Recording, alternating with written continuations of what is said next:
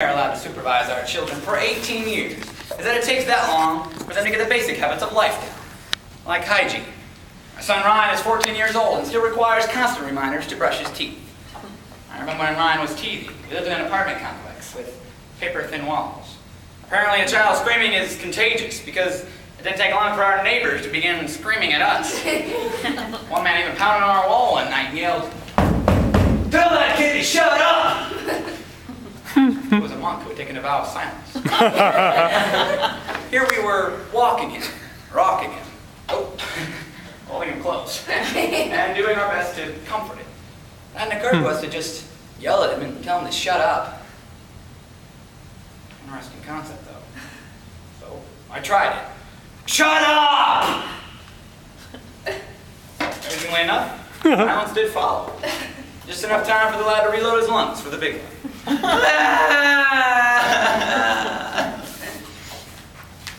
My Life as a Bystander by Jeff Allen.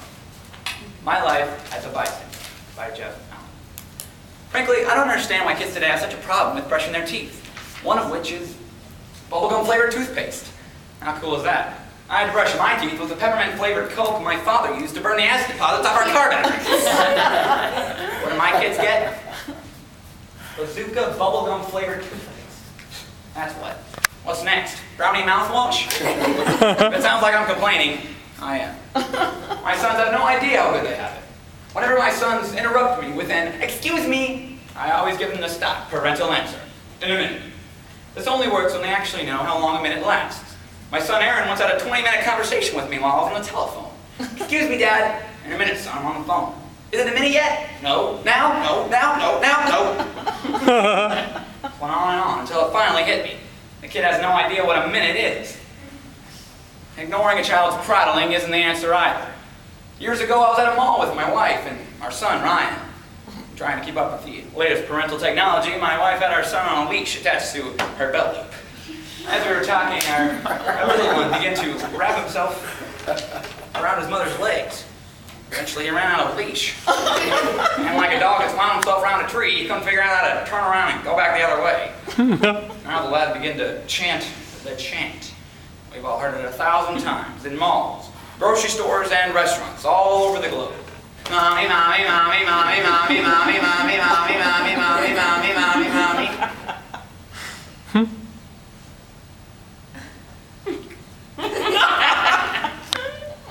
Mommy, mommy, mommy, mommy, mommy, mommy, mommy. I believe you get the point. And through all this, my wife continued to try to hold a conversation with me. She honestly think I could hear over the chant? Apparently so, because her lips were moving. Now both of their voices just sort of blended together. So I heard, "Mommy, mommy, mommy, food court, mommy, mommy, mommy, credit card limit, mommy, mommy, mommy, mommy." I can't begin to tell you how frustrating this was for me. At one point, it started vibrating and blood began to trickle out of my ears. Thankfully, some guy came to my aid and got on the public address system in the mall and announced, "Please, lady, answer your child. Please answer your child." There was even a mime in the mall that came over and slapped my wife with his padded white glove.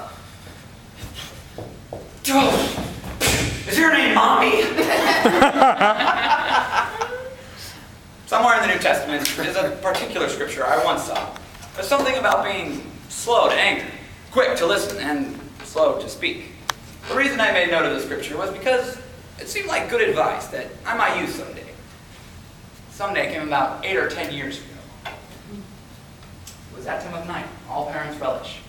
The day is drawing to a close. The dinner dishes are put away. Kids are watching The Lion King for the 14th time in 1 week. It was that odd time of the evening. So there I was, enjoying the peace and quiet, when everything changed in a single moment. I have no idea what evil force compelled my wife to give these sweet children popsicles. But I do know that you never disturb quiet children with anything. Instinctively, Tammy knew that too, but like I said, it was the forces of evil driving her. For the record, here is how it all transpired. "Who wants a popsicle?" Of course, they all answered, "Not now, Mother. We are being quiet for Father. And this will disrupt this moment of serenity we are experiencing right now."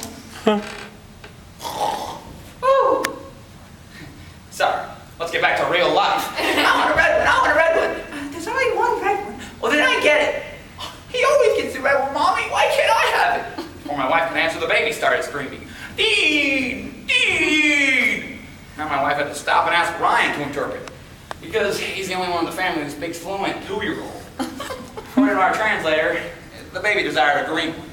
Let me see if I can find one, okay? Give me the red one first. Why does he get the red one, Mommy? He always gets the red one. Do not do two. Do not do two. I take this brief time out to ask you, where do children learn to argue like this? It just keeps going and going. Do not do two. Do not do two. So, as I was sitting there in my easy chair, actually starting to vibrate from the anxiety that was permeating my entire being, I began to believe that Tammy might have interrupted our peace on purpose. My wife, lovely as she is, has an extremely warped sense of humor. One time she was getting ice cream for the boys. Although her routine is to give each of them one scoop of the exact same size, she thought it would be funny to give it to them in different sized bowls. Try explaining to a couple of toddlers that bowl size doesn't matter because they all have the same size scoop.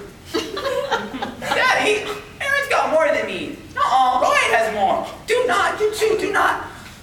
Finally, I decided to triumph with a little Allen logic. I took another bowl from the cupboard. Look, here's a bigger bowl than Aaron's. Now, I'll take your one scoop of ice cream and dump it into this bowl. See? It's a bigger bowl, same amount of ice cream. Get it? Yeah. I get more than him now.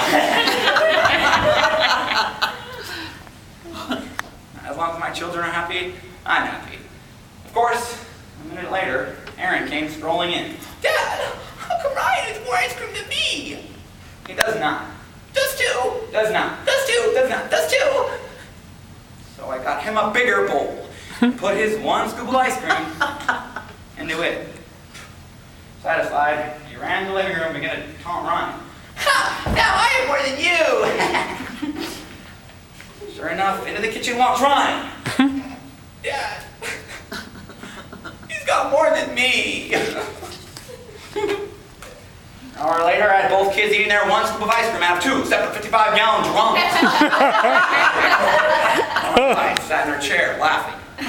This whole thing is her idea of funny. So, her initiating the popsicle situation and igniting another Allen family war makes me think she did it on purpose. She, of course, denies this, but I know what I know. Whoever said variety is the spice of life did not have children.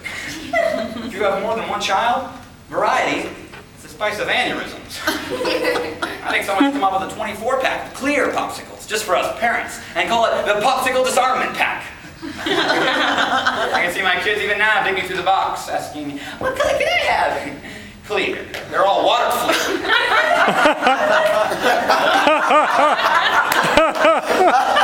That's my idea of funny. I have to say, I did hang in there during Tammy's entire popsicle distribution. Whenever I would start to lose it, I tell myself I'm going to be slow to anger.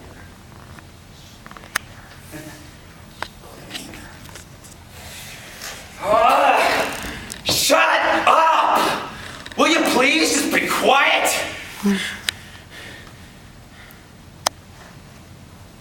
Every dad knows the look I got after my popsicle intervention. Foreheads turned to look at the lunatic in the middle of it.